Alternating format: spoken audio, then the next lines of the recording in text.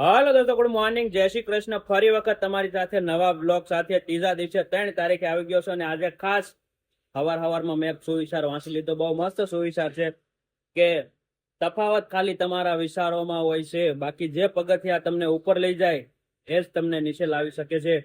એટલે જીવનમાં ઘણી વખત એવું બનતું હોય છે, પણ આજે આપણે સોશિયલ મીડિયાની શુભ સવાર સાથે તમારી સાથે જોડાઈ ગયા છીએ અને સોશિયલ મીડિયા આશ્રમ એટલે એવો આશ્રમ જે વિશ્વનો એવો આશ્રમ બની રહ્યો છે કે જે સોશિયલ મીડિયાના માધ્યમથી બની રહ્યો છે અને સોશિયલ મીડિયા થકી બની રહ્યો છે.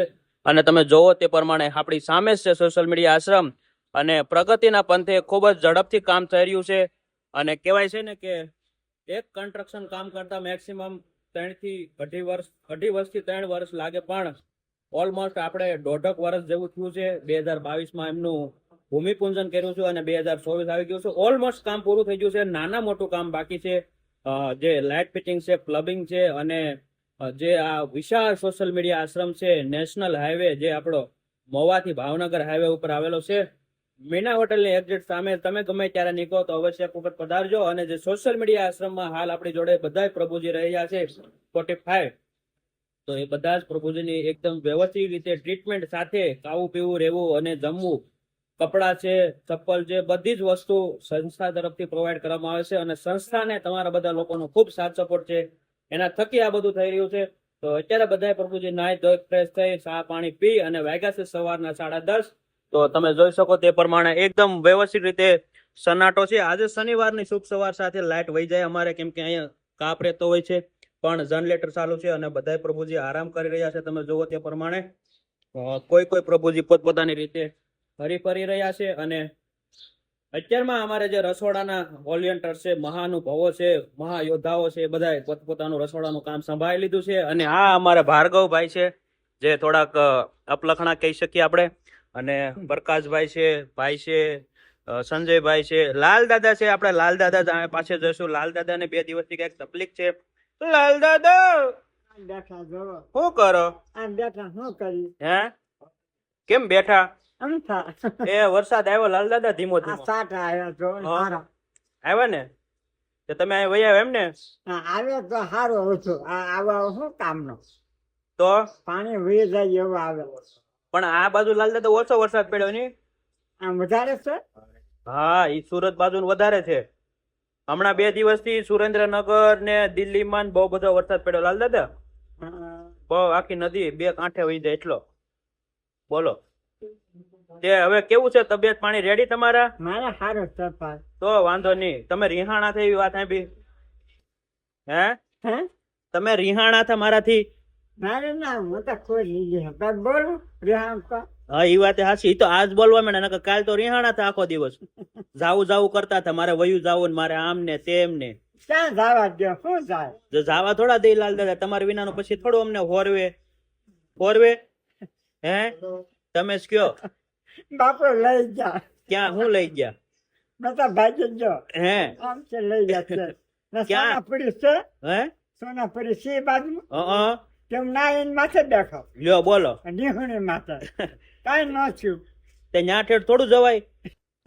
તમારે જવાય? એક તો ઓછું દેખાય છે ને. ના છે જ બેઠો ના. કમાડ હતા ભાઈ લાકડા કમર લાગ્યા હે ભાઈ એ ખરા ઠીક.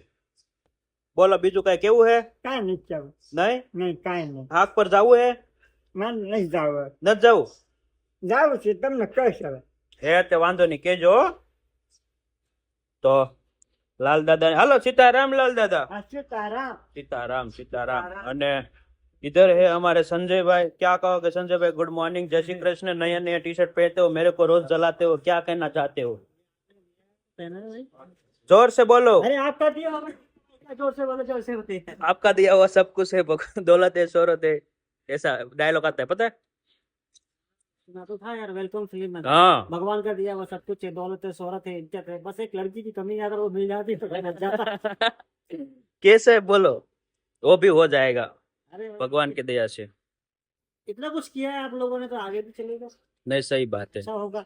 नहीं पर हम शादी नहीं करवाते. देखो ये काम तो करना पड़ेगा ना भाई यार, लॉन्ग लाइफ तो मैंने वो वाला कैंसिल कर दिया मैंने। कौन सा वाला? अब होगी वाइफ तभी लॉन्ग लाइफ, वो लॉन्ग लाइफ विदाउट वाइफ था ना, वो तो डिलीट मार दिया। हाँ. अब होगी वाइफ तभी लॉन्ग लाइफ। पता चला ना जब शादी करने जा रहा था तब क्या बोला था? शादी करके जिंदगी बर्बाद हो जाती है। तो करके देखेंगे ना एक बार। नहीं मेरे हमने जो किए वो आपको नहीं करने देंगे। देखेंगे हैं?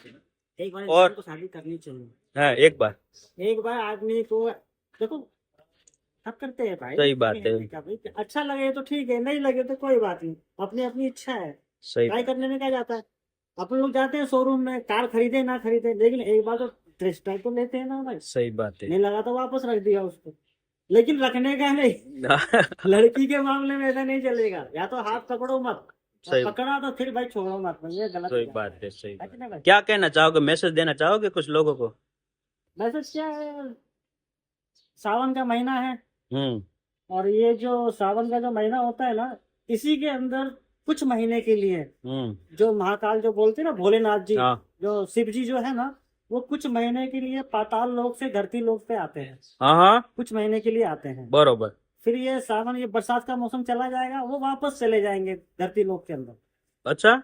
हाँ, हम्म। कुछ महीने के लिए आते हैं, और जब वो आ जाते हैं तो लोग क्या मंदिर में जाके उसके ऊपर पानी चढ़ाते हैं, लेकिन फिर वो घर से निकलते और मंदिर तक जाने तक रास्ते में वो लोग कितने भोलेनाथ को अपने गाड़ी के नीचे कुचलते हुए निकल जाते होंगे, जिसका कोई सही बात। अनुमान नहीं है। वाह सही। लेकिन वो जाके मंदिर में चढ़ाते हैं, वो कुछ महीने के लिए आते हैं, वो कुछ मांगने के लिए नहीं आते, वो तो खाली दर्शन देने के लिए आते हैं। दिया वाह तो वाह चले गए। सही बात है। सही बात। कोई रोको ना वाह दीवाने को,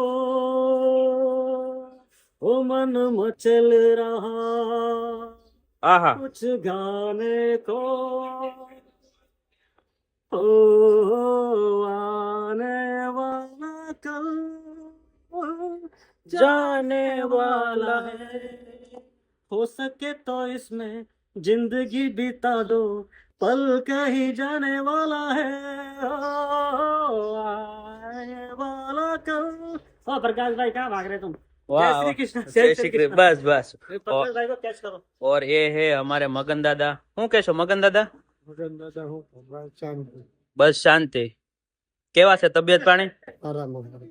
તો મગન દાદા આવી ગયા છે સેવામાં ને એને શાંતિ છે, થોડાક બોલતા નથી મારી જેમ છે, બોલી નથી વધારે શકતા, શરમાય છે થોડાક. અને રોટલીનું કામ ચાલુ થઈ ગયું છે, મશીન મધરું મધરું ચાલુ થઈ ગયું. તમે જોવો તે પ્રમાણે ગેસ પણ નીચેનો કેમ ચાલુ નહીં કર્યો, અડધો જ કેમ થાય છે? બસ એટલો જ ઠંડી ગરમ થાય છે. અને તમે જોવો તે પ્રમાણે વાહ પ્લેટ ગરમ થાય છે. તમે અહીંયા જોવો, અહીંયા ગેસ ચાલુ છે અને મસ્ત રીતે આગળ સાફ સફાઈ કરી. હમણાં બધું એકદમ ક્લીન લાગે નહીં કે હું આવી ગયો એટલે ક્લીન લાગે જ નહીં. રાખવું પડે. તો બપોરનું જમવાનું બની રહ્યું છે, ખાસ શાક રોટલી દાળ ભાત જે રેગ્યુલર મેનુ હોતું હોય છે. અને તમે પણ જો જમવાનું આપવા માંગતા હોય અથવા તો મદદ કરવા માંગતા હોય તો અવશ્ય અમારી હેલ્પલાઇન પર જઈ અમને કોન્ટેક્ટ કરી અમને જણાવી શકો અને એક ટાઈમનું અથવા આખા દિવસનું જમવાનું મોકલી શકો. આપણે જોઈએ તે પ્રમાણે બાલા ત્યાં બેઠા છે. શું કહેશો બાલુભાઈ? સીતારામ. સીતારામ આવો આવો લે આવો હું આજે તબિયત પાણી બાયુ છોકરા શું કરે? ભાઈ છોકરાની તબિયત પાણી બધું મજામાં છે. તો વાંધો નહીં. તમે હું અત્યારે 11 વાગે આવ્યા છો મગજમારી કરવા? મગજમારી નહીં, મેં કીધું કે બાલા તને લઈ લો ને બ્લોગમાં. એટલે હું લેવા અમને બ્લોકમાં લઈને ચડાવી દેવાના છે? હા ચડાવી તમે દેવા. જાવ લો કે અત્યારે ટેબામાં હટાઈ જાય નકર. બે કેવી હટે છે હવે તો હું ખાઈ પીને થઈ જાઉં ખડદા જેવો. એટલે હવે પોગી નો રહો એટલે હવે સવાર એટલે એટલો બધો પાવર નહીં કરતો તું. બીડી જગતી રહે ને માણા ઓલાઈ જાય. હા ઠીક, હારું લો. જય શ્રી કૃષ્ણ, જય મુરલીધર. બરોબર. જા. દોસ્તો જોઈ શકો તમે બપોરના થઈ ગયા છે 1:30 અને બધા પ્રભુજી જમી લીધા છે ઓલમોસ્ટ. થોડા ઘણા જમે છે કેમ કે હું થોડોક બહાર હતો કામમાં, તો એમાં ભૂલાઈ ગયું મને. પણ બધા પ્રભુજી જમી લીધા છે. તમે જોવો છો શાક રોટલી દાળ ભાત અને બધા પ્રભુજી જમી રહ્યા છે. અમુક બાકી છે એ જમે છે. અને હું અને સરપંચ જતા ગામમાં, અહીંયા અમારે ટોલ નાખું બેનો ત્યાં આંટો મારવા, કેમ કે અહીંયા વારે ટોલ કોણ ભરે તે પાસ કઢાવી ગયા હતા. તો તમે પણ જમ્યો અને જમી લીધું છે, બપોરનો ટાઈમ છે, જમી લેજો શાંતિથી. વરાપ થઈ ગઈ છે 2 દિવસથી, વરસાદ મેદરો અંધારો છે. આવે તો ઠીક છે, નકર પણ ઠીક છે. હવે તમે પણ જમી લઈએ, તમે પણ જમી લો અને બ્લોગને વધુ ને વધુ દોસ્તો શેર કરો.